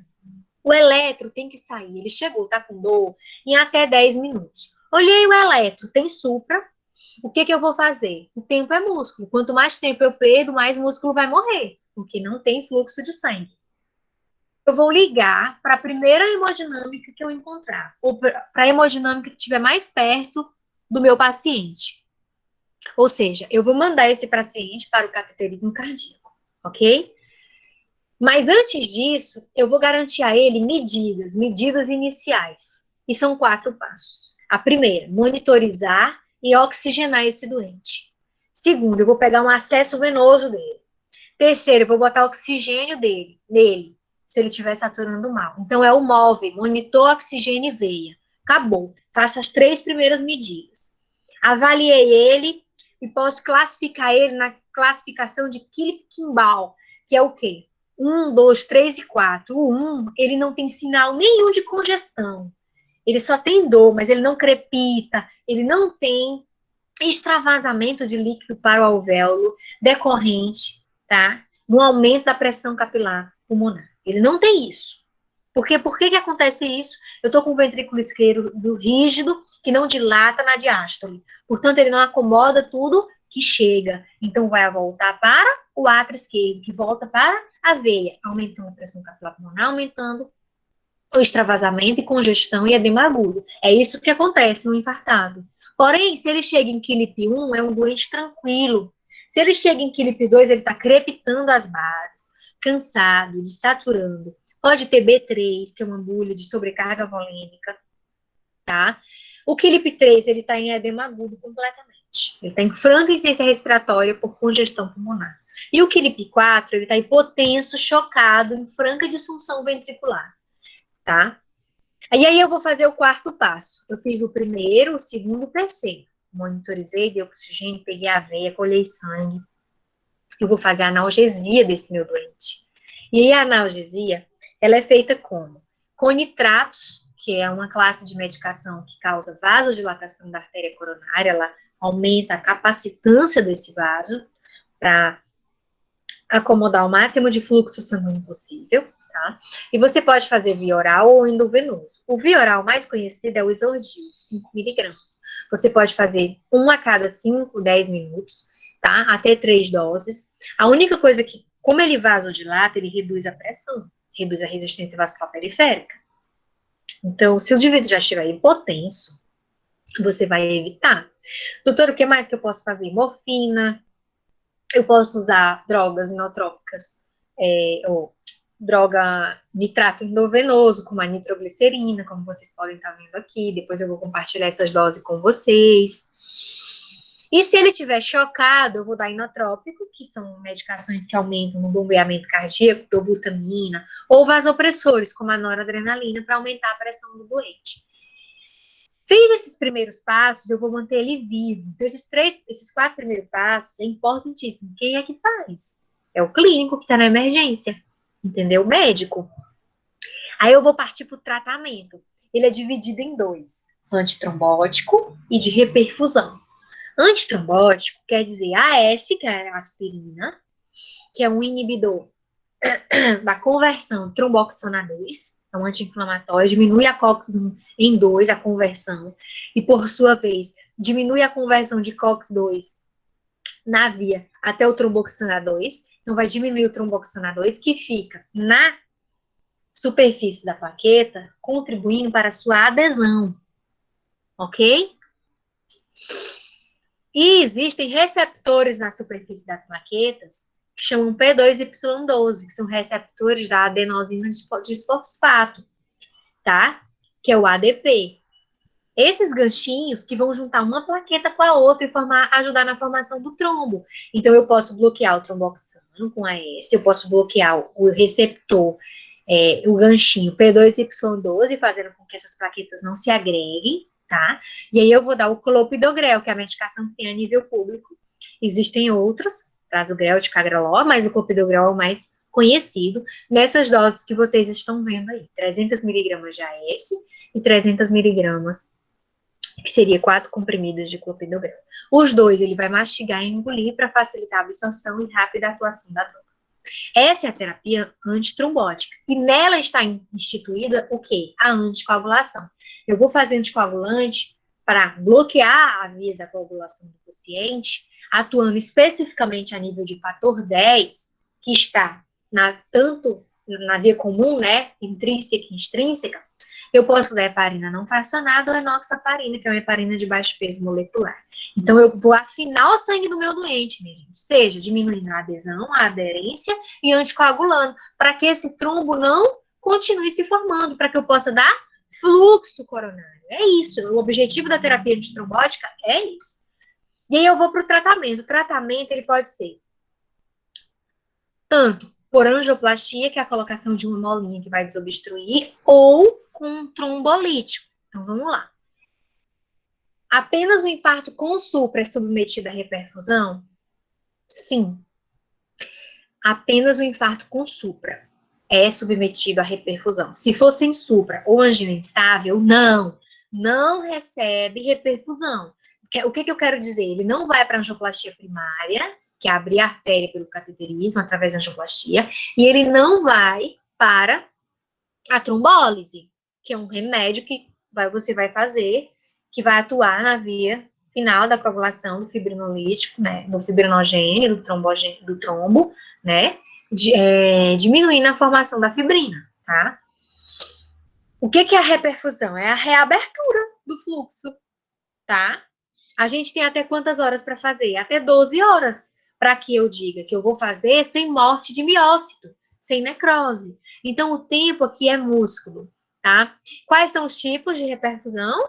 A angioplastia primária, que é através da colocação um balãozinho com uma molinha, você insufla e essa molinha fica aderida à parede do vaso, aumentando e o fluxo passa a passar por dentro, o fluxo de sangue passa por dentro dessa molinha, tá? Aqui, por exemplo, é o cateterismo cardíaco. Vejam, essa aqui que vocês estão vendo é a circunflexa e essa é a descendente anterior fazendo a ponta do coração. Aqui, ó, circunflexa e essa é a descendente anterior fazendo a ponta do coração, tá? Aqui, a coronária direita do meu paciente, coronária direita, tá? Então, a coronária esquerda se divide em duas, circunflexa e DA, descendente anterior. Imagina aqui que eu obstruí a descendente anterior, tá vendo? Trombo aqui, uma falha de enchimento do contraste. E aí eu coloquei um stent, que a gente, né, uma molinha, realmente, porque tem esse formato, eu dou fluxo de sangue, abri a coronária. Então, vendo esses ramos, estão irrigando o septo. Então, vendo esses ramos aqui, é os diagonais que eu falei para vocês. Parede lateral baixa e a circunflexa aqui, parede lateral alta. Tá vendo? Ok, professora. E para quem que eu vou pedir cateterismo? Para todo mundo que tiver supra. Para todo mundo, não importa a hora que ele chegou. Seja para o paciente lá no Parque Buriti, com 2 horas de início da dor, após um almoço, andou em 10 em 10. Seja para o paciente que tem 36 horas que teve início da dor, após uma relação sexual, eu olhei o eletro e já tinha um daqui na parede inferior, mas ele citou, ele também vai para o cateterismo. Seja 13 horas depois, um doente que foi durante a caminhada em Grajaú, em um supra de parede inferior, eu vou mandar. O que eu quero dizer aqui? Que não importa o tempo transcorrido, ele tem que ir para o cateterismo. Agora, o cateterismo é só filmar as artérias coronárias. A angioplastia não, a angioplastia é desobstruir. E aí, quem eu vou desobstruir, professora? Aquele que tiver com até 12 horas do início da dor. Por isso que é tão importante a hora do início da dor. Professora, eu posso abrir em até 24 horas. Porque em até 24 horas os estudos mostraram que existe músculo vivo. E que você ainda compensa tentar abrir essa artéria. Tá bom? E o que é a reperfusão com trombolítico, professor? O trombolítico é uma medicação, como o nome já fala, trombolise, lítico, que vai promover a lise do trombo, né? Eles atuam na formação da fibrina, né? O fibrinogênio com a fibrina, né? É uma trombólise química, é um remédio que eu vou fazer na veia, lá no pronto-socorro, durante um tempo, e ele vai reperfundir, ele vai abrir a artéria coronária. Eu tenho que fazer esse remédio quando o tempo entre o pronto-socorro do meu paciente, que ele tá, até a hemodinâmica é maior que 120 minutos. Por exemplo, em São Paulo, como é que funciona? Como o trânsito lá é muito grande, a cidade extensa, né? Quem tromboliza? O SAMU. Porque senão o doente vai ficar 4 horas no trânsito até chegar no pronto-socorro. Vai gastar 2 horas de ambulância de um lado para o outro. Então, o SAMU tromboliza, porque vai gastar mais que 2 horas para chegar na unidade que tem angioplastia primária. Que é abrir com a molinha, né? Com o stent. Professor, o que eu sempre vou preferir? Angioplastia primária. Menos risco de sangramento. Imagina você fazer AS, clopidogrel, antiadesão e antiagregação, anticoagulação e um trombolítico. Gente, isso aumenta muito a chance de sangramento desse doente. Mas é o que salva vida, é o que salva músculo. Então, o trombolítico, ele é importantíssimo, tá? Em até 2 horas do início da dor, tanto faz. Angioplastia ou trombolítico são equivalentes. Com o passar do tempo, quanto mais tempo você demora, vamos supor que ele chegou para mim da cidade de Buriticupu com 8 horas do início da dor, e eu vou fazer trombolítico, ele tem mais chance de ter um sangramento, uma ruptura da parede desse ventrículo, um sangramento cerebral, uma complicação do que se eu levar ele para angioplastia, tá bom? Então, o trombolítico ele é indicado quando a sua angioplastia está longe, em mais de 120 minutos do seu paciente. Para você não perder tempo, faz o trombolítico. Depois, vai abrir, mas a lesão vai continuar lá, a plaquinha de gordura. Depois ele vai para angioplastia. E aí coloca o stent para enjaular essa plaquinha e o fluxo passar, e aí ele tem vida tranquila. A angioplastia, ela tanto reperfunde quanto trata definitivo. A trombólise não, ela só abre o caminho para o fluxo, mas depois ele precisará da angioplastia. Entenderam isso? Então, eu tenho um coágulo aqui, faço trombolítico, aumento o fluxo de sangue, tá? A trombólise exclui a necessidade de cateterismo e angioplastia não, né? Ela só abre o fluxo, mas eu vou abrir o fluxo, mas a lesão continua aqui. Se eu deixar essa lesão aqui, vai se formar um trombo. Então, ele precisa ir para angioplastia. Entenderam isso? Qualquer médico pode trombolizar, professor? Qualquer médico. Isso não é coisa do cardiologista. Isso é uma tabela de dose. Existe a autoplásia, tenecteplásia, streptokinase. Streptokinase já não se fabrica mais. Foi um dos primeiros trombolíticos que existiu, salvou a vida de milhares de pessoas na década de 60, 70 e 80, tá? E 80. Depois, com o surgimento da angioplastia através do cateterismo cardíaco, na década de 90 e início dos anos 2000, se caiu a utilização da streptokinase, e hoje a angioplastia é a terapia de eleição, a angioplastia primária. Quando eu falo primária, tá infartando, vai para angioplastia, que vai resolver. Aqui é como que faz a trombólise, o actinise, né, a autoplase, você pode fazer em até 90 minutos em bomba de infusão, e você faria um bolus de 15 miligramas, EV, 50 miligramas em 30 minutos, e 35 em 60 minutos, dose máxima de 100. Você vai ter, ao final da trombólise, o que a gente chama de critério de reperfusão. O que é isso, professora? É eu saber se o meu doente resolveu, abriu a artéria. Como que eu sei? Alívio da dor. Ele vai dizer para você que agora a dor está 1 em 10, 0 em 10. Redução de pelo menos 50% do supra. Tá ali um supra de 4 milímetros, 4 quadradinhos. Baixou para 2 milímetros. Esse supra reduziu. Era 1 milímetro, agora está meio. Então, reduziu mais que 50%. E eu pedi as enzimas dele, né, do coração, os marcadores de necrose miocárdica, que a gente conhece como troponina, CKMB e CPK. E aí eu vou ver um pico precoce, ele vai aumentar e vai cair em 24 horas. Um indivíduo que eu não faço trombolítico, e que ele chega aqui com 3 dias de infarto, ele vai aumentar a enzima todo dia, porque todo dia ainda tem músculo morrendo. Entenderam?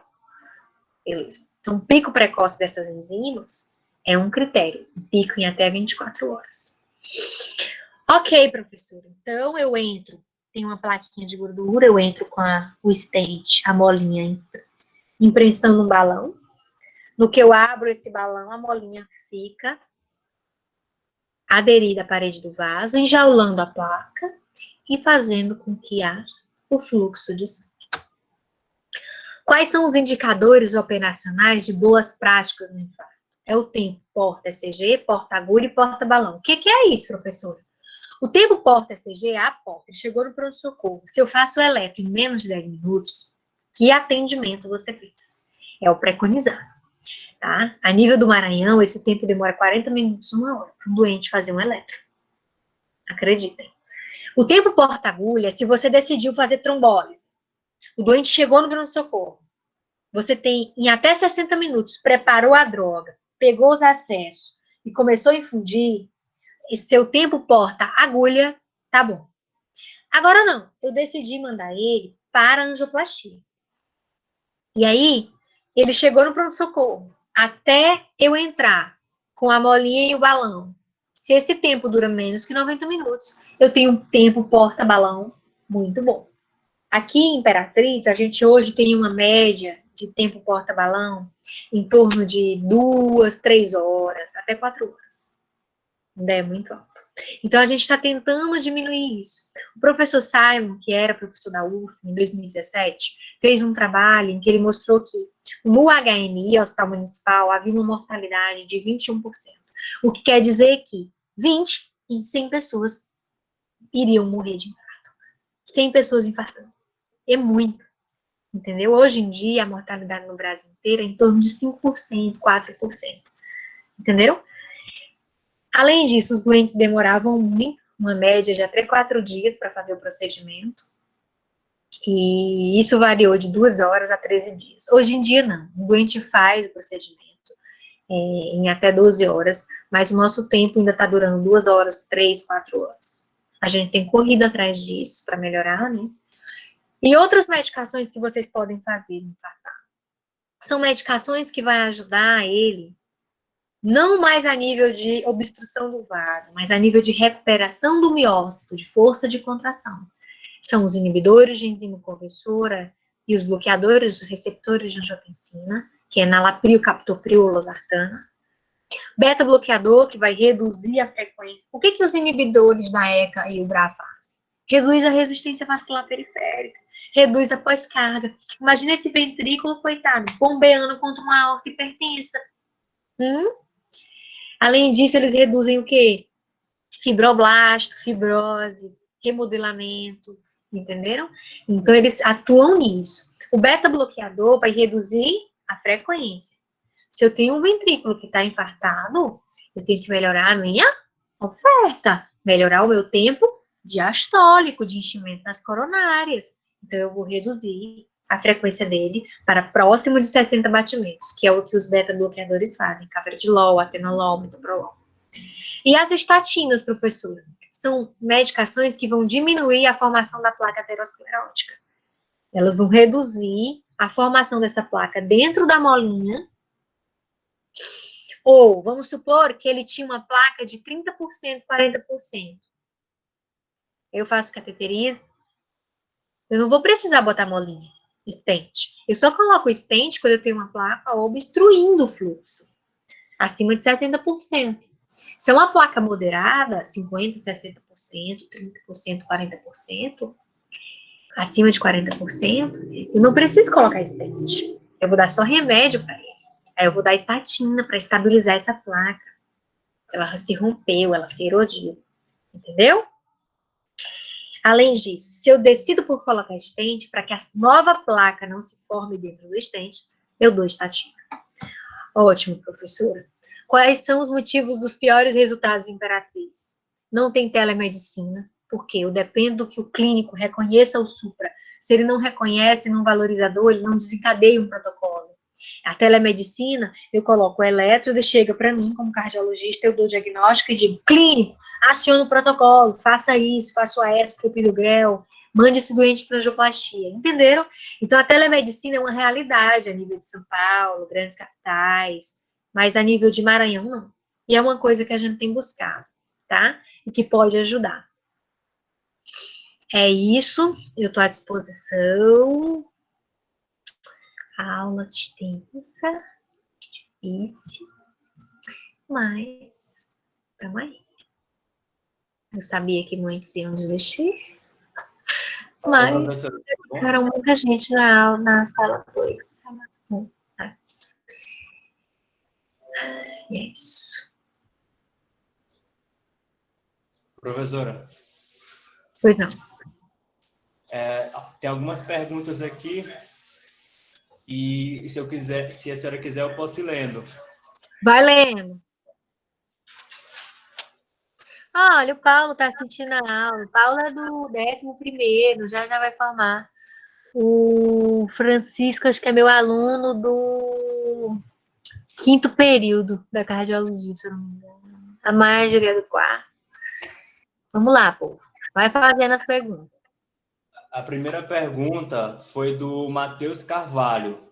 Ele perguntou o seguinte: Professora, se uma dissecção de aorta pegar bem na região proximal da aorta e bem na origem das coronárias, dando alterações eletrocardiográficas compatíveis com isquemia, como diferenciar a fim de evitar a instituição terapêutica que poderia ter danos?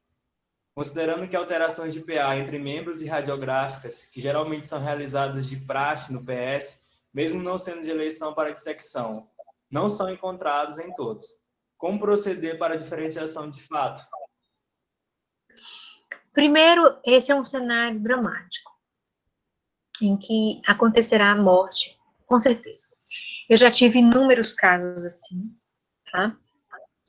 No geral, o clínico vai ver dor e o supra.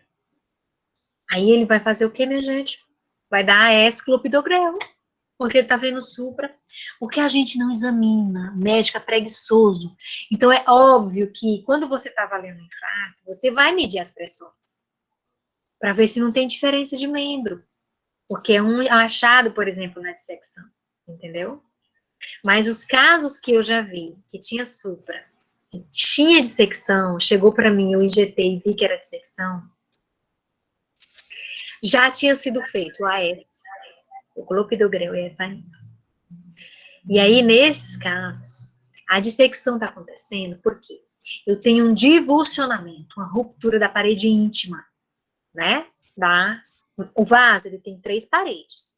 A íntima, a média e a adventícia. Quando eu tenho uma ruptura da íntima acometendo a média, sangue, do fluxo de sangue, vai entrar para dentro desse divulsionamento. Vai formar um hematoma na parede da aorta e da coronária. Quando eu crio um hematoma, esse hematoma vai crescer e vai fechando a luz do vaso. O hematoma vai crescendo e vai fechando a luz do vaso. Então, assim, como diferenciar? Obviamente que o contrário pode acontecer. Você pegou, ele vai dizer que é uma dor lancinante. A dor lancinante, eles vão dizer assim, rasgando. Tá rasgando meu peito, tá rasgando. Começam a pular mesmo de dor. Foi assim, algumas dissecções que eu já vi. E aí você examina, você vê diferença de pressão. Faz o raio-x, tem alargamento do mediastino, porque a aorta tá tendo um hematoma na parede da aorta. Então você vai alargar o mediastino no raio-x. E aí, horas depois, começa a ter supra. É óbvio que isso é dissecção. Você não vai fazer AS, nem clopidogrel, nem heparina. Agora, se você fez achando que era supra e é uma dissecção, depois vai ter que suspender a medicação e pedir a Deus para que ele não morra. No geral, dissecção, 50% dos pacientes de dissecção aórtica morrem por morte súbita. Dos que não morrem, vão ao pronto-socorro.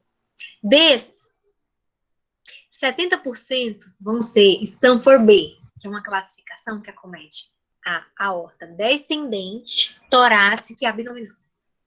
Quando se acomete a aorta ascendente crossa, é Stanford A. Essa é a pior de todas. É possível que ele vá morrer em horas, porque ele está perdendo sangue para a parede da aorta. Aí ele começa a fazer tamponamento cardíaco, às vezes rompe, derrame pericárdico, hemotórax. Então é dramático, a situação é dramática, mas eu recomendo. Viu supra, mede as pressões, entendeu? De um lado e do outro, examina o doente, entendeu? Mas é muito raro isso, dissecção com supra, mas pode acontecer, porque a dissecção começa assim, ó. Aqui tá a aorta e a cross. Aí começa, vai difussionando a lâmina. E aí é óbvio que pode pegar, numa parte que ela fazer ruptura do seio aórtico, a entrada do ósseo da coronária. Aqui em Imperatriz, em 11 meses que eu tô aqui, desde a minha chegada, eu já peguei 4 casos de dissecção, que mandaram como infarto e é dissecção. Dos 4, só um sobreviveu.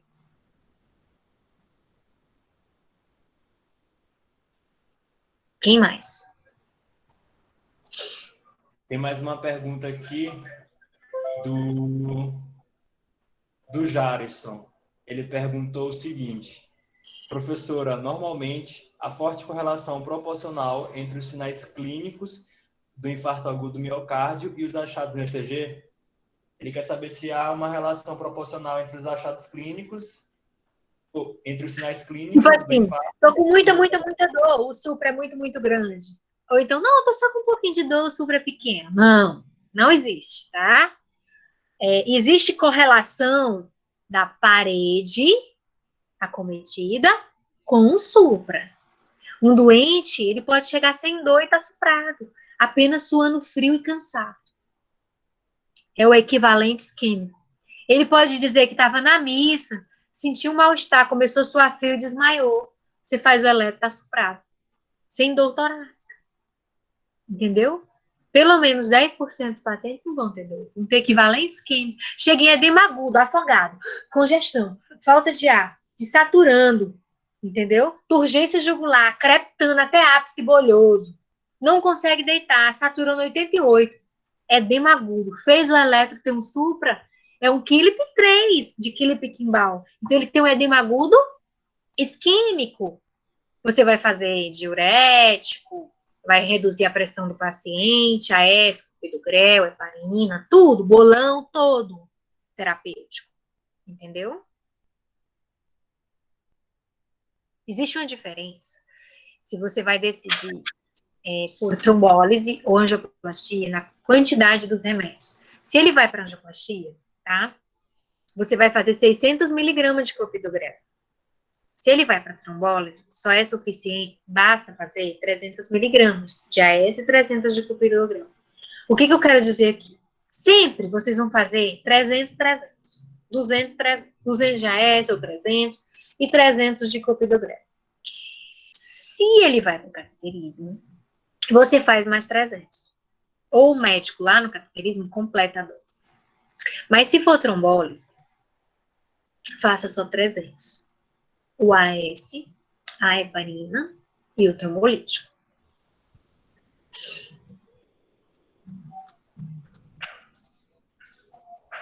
Uma outra pergunta agora do Thiago Emanuel. Professora, em caso de retenose intrastente, como o hemodinamicista prossegue? O que pode ser feito para evitar essa reincidência? É o seguinte, a formação da placa aterosclerótica, que também é outra aula, uma aula de 1 hora, porque envolve células, né, célula lisa, músculo liso, quantidade de LDL, enfim, célula esponjosa. Outra aula. Eu falo sobre a formação da placa aterosclerótica. Tiago, quando você coloca um stent que enjaula uma placa contra a parede do vaso, você vai estar dando fluxo, está resolvendo a vida do doente, ele não vai ter angina. Mas se ele não reduzir o LDL, que é o colesterol de baixa densidade, que vai se aderir à placa do vaso, porque ele pesa pouco, ele vai desenvolver placa dentro do stent. Quem desenvolve com mais facilidade, professor? Diabético, doente renal crônico, paciente obeso, que não toma direito o hipoglicemia antioral, que não toma direito à estatina. Então, esses doentes, eles em 6 meses podem já estar tendo restenose. Como é que eu sei que ele está tendo restenose? Você está criando uma placa de gordura dentro da molinha, o fluxo vai voltar a ficar comprometido. Então, toda vez que ele fizer um esforço, depois de 6 meses, 8 meses, ele vai começar a sentir dor. Entendeu? Só que aí, o que eu posso fazer? Existem 2 tipos de stent. O stent que a gente chama de bare metal, ou stent convencional, e stent farmacológico. O bare metal, ou convencional, é só uma molinha de metal, de níquel. O farmacológico, ele tem uma medicação imunomoduladora, à base de antibiótico, sirolimus ou everolimus, que reveste esse stent e diminui a formação dessa placa, a recrutamento de soldadinhos da inflamação, entendeu? Diminui a formação de trombo dentro desse stent. Então, eu decido conforme o paciente, entendeu? Agora, Se um paciente que reestenosou um stent chega com ele trombosado, com um infarto, eu vou botar um stent dentro do stent. Quando eu não conseguir fazer isso, aí ele vai para a cirurgia cardíaca. Para botar uma ponte de safena, ligando a aorta para depois daquele stent, fazendo uma ponte, um bypass de fluxo. Entenderam?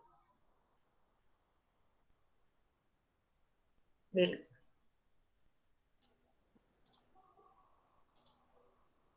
Tô vendo o chat. Thiago respondeu que compreendeu. Ah, tá bom. Compreendi. Uma outra pergunta agora é do Daniel. Professora, Não, Fernando, do aluno. Não. há casos de infra sem que seja uma mera imagem em espelho? Oi? Vou repetir. Daniel perguntou, professora, há casos de infra sem que seja uma mera imagem em espelho? Sim. O infra da corrente de lesão subendocárdica, que é do infarto sem supra. Entendeu? Já está tendo isquemia, mas é da região subendocárdica. É lá na parte de dentro do músculo, tá aqui. Deixa eu ver. Deixa eu ver se eu tô centralizando. O músculo tá aqui. Imagina o que é a espessura do músculo. Aqui tá a cavidade, ok? Aqui é o músculo, a parte endocárdica, e aqui a parte epicárdica em contato com o pericárdio. Se eu começo a infartar essa porção, eu vou ter a corrente de lesão subendocárdica, que é do infarto sem supra, ou infarto com infra, por exemplo, tá? Quando eu tenho a coronária que corre aqui no epicárdio, a lesão vai ser aqui. Então, é subepicárdio. Então, o imagem espelho, quando eu tenho supra, é por uma inversão de imagem. Mas eu posso ter lesão só por dificuldade da irrigação dessa parte de dentro aqui, do subendocárdio. Eu posso ter infra, que era um infarto sem supra, por exemplo. Eu posso ter uma T negativa, a T pode ficar em tenda, a T pode se inverter, eu posso ter só um infra, entendeu? Posso não ter nada. Mas, para mim dizer que é um infarto sem supra, o que eu tenho que ter, gente, quando eu infarto? Aumento de enzima cardíaca. Então, vamos supor que eu peguei um eletro e tem infra. Ou tem uma T apiculada. Ou tem uma T invertida. Aí eu medi o marcador 3 vezes e veio negativo. O que é isso? Uma angina instável. Ele dura mais que 20 minutos. Mas não está infartando ainda, não tem aumento de marcador. Para ter infarto, esse conceito de infarto, tem que ter aumento de marcador. Aí eu olho o eletro, tá suprado? Acabou. Infarto com supra. Agora, tá infrado, onda T, alteração inespecífica, e veio positivo o marcador, infarto sem supra. Entendeu?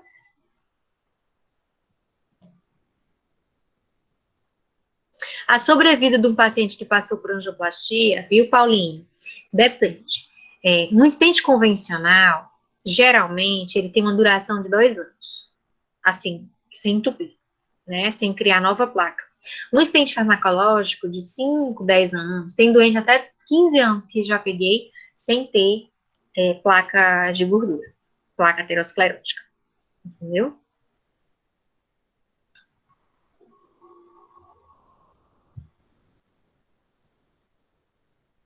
Next question. Só um instante. De nada. Professora, tem uma pergunta aqui da Lorena de Albuquerque. Ela diz o seguinte: professora, posso utilizar com segurança o protocolo MONA-BCH? Vejo clínicos em emergências que seguem e outros que não. Tenho essa dúvida. Veja, todo protocolo desse, baseado em mnemônico, é feito para reduzir erro. Toda vez que você aplica o protocolo, você reduz erro. Então, tudo que eu falei para vocês, eu não estou inventando, tá? Isso está escrito, isso é consenso mundial. Todo mundo faz igual, seja aqui na China, nos Estados Unidos. O protocolo tá certo. Você vai acabar fazendo a mesma coisa. Mas, por exemplo, tem que ter exceções. Digamos que você teve um doente que está suprado a parede inferior, D2, D3 e a VF. Aí você faz uma inferência, né? Coronária direita, porque ela irriga a parede, deixa eu baixar aqui, inferior do meu coração. Parede inferior. Ok. Mas aí eu vi que a frequência cardíaca dele tá 52. É sinal de que o sistema de condução está me avisando que está sendo comprometido, que está ficando bradicárdico, está comprometendo a irrigação do navio. Você não pode fazer beta-bloqueador, porque o beta-bloqueador reduz a frequência, vai piorar a situação desse doente. Então, você vai fazer beta-bloqueador para todo mundo, contanto que ele não esteja hipotenso e bradicárdico. A doutora está com 90 de frequência, é que você tem que fazer mesmo, porque você tem que baixar essa frequência para diminuir o consumo desse miocárdio que já está morrendo. Entenderam?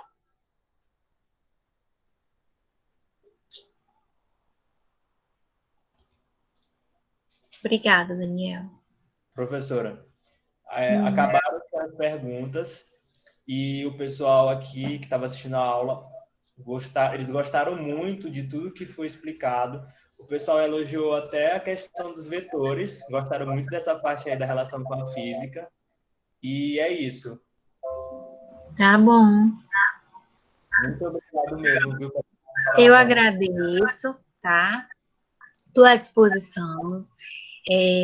Eu tenho investido em projetos pessoais que incluem, de repente, um curso, né, de emergências cardiovasculares e eletrocardiograma a nível de Maranhão, entendeu? Para oferecer para as universidades um curso presencial, na ideia de trazer a realidade mesmo, baseado em caso clínico, baseado em vida prática, né? Mas não só para que vocês compreendam a parte que eu acho que vocês têm que compreender ao olhar o eletro, não é decorar, né? Mas entender as coisas. E eu sempre tento trazer isso, né? Obviamente que numa aula isolada de infarto, fica muito difícil compreender, sem ter vazamento nenhum de eletrocardiograma, todo esse entendimento que eu dei. Mas fazendo um passo a passo do que é despolarização, repolarização, potencial de ação, e aí depois como estão inscritas as ondas, o que significa cada uma, ou por que um é negativo, outro é negativo. Vocês entendendo isso, depois, assim, o diagnóstico das doenças é muito simples. E o maior segredo que eu dou para vocês, eu era aluna do segundo período, e aí eu me lembro que no terceiro eu fiz meu primeiro curso de eletrocardiograma, era um curso mensal, que a gente tinha aula presencial com o professor Elisiário Júnior, muito bom na época. Fiz ele depois no ano seguinte, fiz no outro ano, eu era a louca do eletro, mas assim, eu fiz porque eu vi que era um tema difícil, e que para aprender havia de ser maçante o estudo. Aí depois eu comprei livros, comecei a estudar, depois durante o internato, eu pegava todos os eletros dos pacientes internados e olhava um por um e tentava dar o diagnóstico, entendeu? E durante a residência, imagine, eu fiquei o quê? 7, 8 anos de residência, então assim, então eu sou especialista nisso, mas como médicos clínicos, eu acho que é muito, muito simples, é tentar pegar um livro e se aplicar. Não tem como estudar eletro sem olhar eletro, entendeu? Sem olhar e ver. E é muito, muito importante que se revisem, né? Eu sempre falo isso. Em até 12 horas o conteúdo. Se você estudou hoje como dar o diagnóstico de bloqueio de ramo direito e esquerdo em eletro, em 12 horas você tem que revisar, porque senão você vai esquecer. Então, levem isso para a vida de vocês, tá? Infarto é a principal doença do mundo, acho que junto dela, equivalente ao AVC. São doenças importantes. Uma porque morre muito, outra porque sequela demais. E como médico, vocês têm que estar muito bem informados nisso, nesse diagnóstico. Não tenham medo, tá? Ouçam o doente, colham a história. E é isso, eu estou à disposição, tá bom? E é isso. Professora, Tem uma outra pergunta aqui que eu acabei passando despercebido, que é do Paulo Vitor. Ele perguntou o seguinte: professora, quando o paciente tem contraindicação ao trombolítico e está muito distante da hemodinâmica, qual o tratamento mínimo que posso fazer pelo meu A paciente? clopidogrel e heparina. Você vai fazer 300 de AS, 4 clopidogrel e enoxaparina, se você tiver a ampola de 60, 1 miligrama por quilo para 60 quilos, você vai fazer uma ampola de 12 em 12. Entendeu? Se você não tem enoxaparina, você vai usar heparina, não fracionada. É isso. Às vezes ele vai reperfundir só com a terapia antitrombótica, sem a reperfusão. Ele vai ter melhora da dor, redução do supra. Entendeu? Mas você não pode deixar esse doente com dor. Então, Paulo Vitor, se você não tem como reperfundir eles, nem com trombolítico, nem mandando para angioplastia, você vai tratar a dor do doente. Você pode dar nitrato, nitroglicerina, morfina e as medicações para que o trombo não continue se fazendo. E pedir a Deus que ele não tenha uma arritmia e não morra subitamente, ou não pare em FVTV, fibrilação ventricular ou taquicardia ventricular, ou então você vai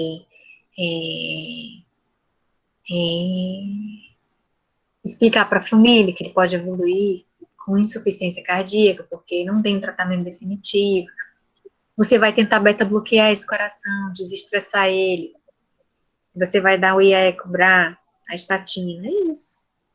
Não muda muito, gente. Não tem nada de difícil. Entendeu? Professora, o Fernando Fonseca está perguntando como é que ele faz para fazer esse curso que a senhora indicou anteriormente. Como é que ele faz? Tem vários. Tem o curso do Cardio Paper, que não é ruim. Tem o curso de emergências clínicas do livro da USP. Tem um livrinho da USP de eletro, que ele é caso clínico e eletro, você pode ir olhando, entendeu? O Fernando tá em que período?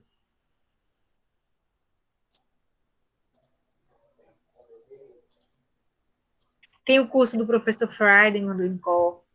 Ele está no 10º período, professora. Ah, então, certo, Fernando. Fernando pode fazer o curso de eletro do Cardio Papers, não é ruim. Você pode fazer esses que eu te falei. O Emergências Clínicas, então, Fernando, você já tem que fazer, entendeu? Da USP, porque você, além de ganhar o livro, vai fazer o curso e vai aprender, além de infarto, outras emergências. É muito bom. Viu? Eu acho Que que é só mais? isso, professora. Nenhuma pergunta. Vem Todo mundo cá, tá... foram quantos? O recorde de pessoas que estiveram online foram 346 pessoas. Isso no pico da aula, entendeu? Foi variando esse número durante a aula. 346. Que legal, que honra. Foi um número muito bom. Eu acho que está no top 5. Top 5? Que legal. Top 5. Bom, gente, eu quero agradecer o carinho de vocês, tá? Quero desejar beijo a todos e dizer que eu estou à disposição, mesmo depois de formados, podem me mandar mensagem, podem me mandar eletro, tá certo? Vamos aí, quando as aulas voltarem, né, a gente tem que ver como é que a gente vai recuperar o 5º período, coitado. E, né, se eu estiver viva, né, do coronavírus, tô brincando, espero que sim,